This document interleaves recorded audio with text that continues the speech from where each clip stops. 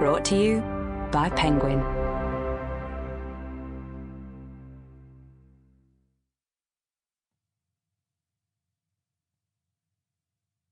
Climate Change: How We Can Get to Carbon Zero by Bianca Nogrady, read by Nathalie Buscombe. Introduction.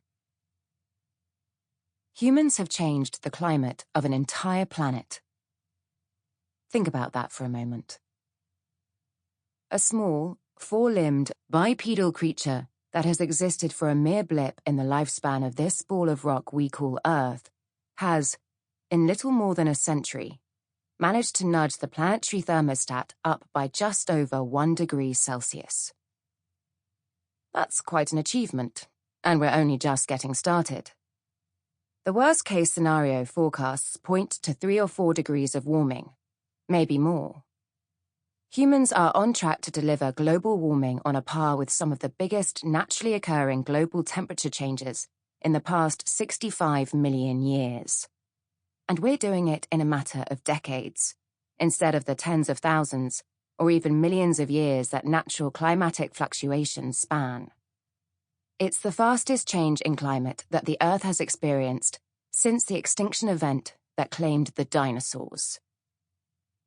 Anthropogenic, human-caused, global heating is the unfortunate side effect of the discovery and subsequent exploitation of an abundant, but not limitless, cheap and powerful source of energy: fossil fuels.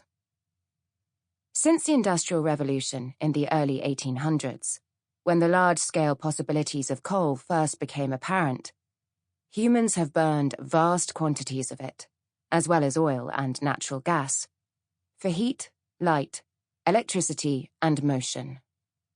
The combustion of that carbon-rich material also produces the compound carbon dioxide, CO2.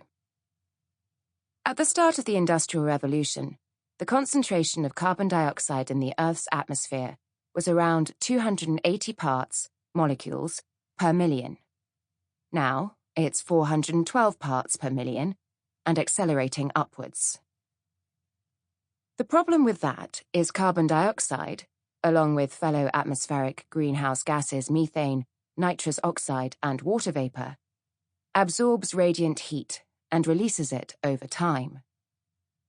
So, as the sun warms the Earth's surface, a portion of that radiant heat that would otherwise be released into space is instead absorbed by these gases in the atmosphere.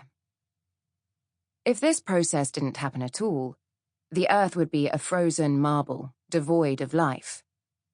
But the danger in a too high concentration of carbon dioxide in the atmosphere is that now it's absorbing too much heat. There's a Goldilocks zone between not enough atmospheric carbon dioxide and too much.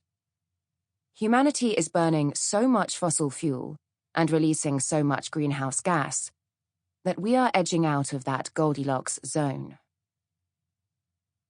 Global greenhouse gas emissions by sector, 2016. Energy, electricity and heat and other fuel combustion, 33.3%. Agriculture, land use, change and forestry, 18.3%. Manufacturing, construction and industrial processes, 18%. Transport, 15.9%. Fugitive emissions, 5.8%. Buildings, 5.5%. And waste, 3.2%. And the planet is undeniably getting warmer. Since the 1880s, global average temperatures have increased by just over 1 degree Celsius. That might not seem like much, but it's worth remembering that a single-degree drop in temperature, thought to be the result of a brief dimming of the sun during the 17th century, triggered a mini ice age in Europe and North America. A 5-degree drop around 20,000 years ago led to North America being covered with slabs of ice.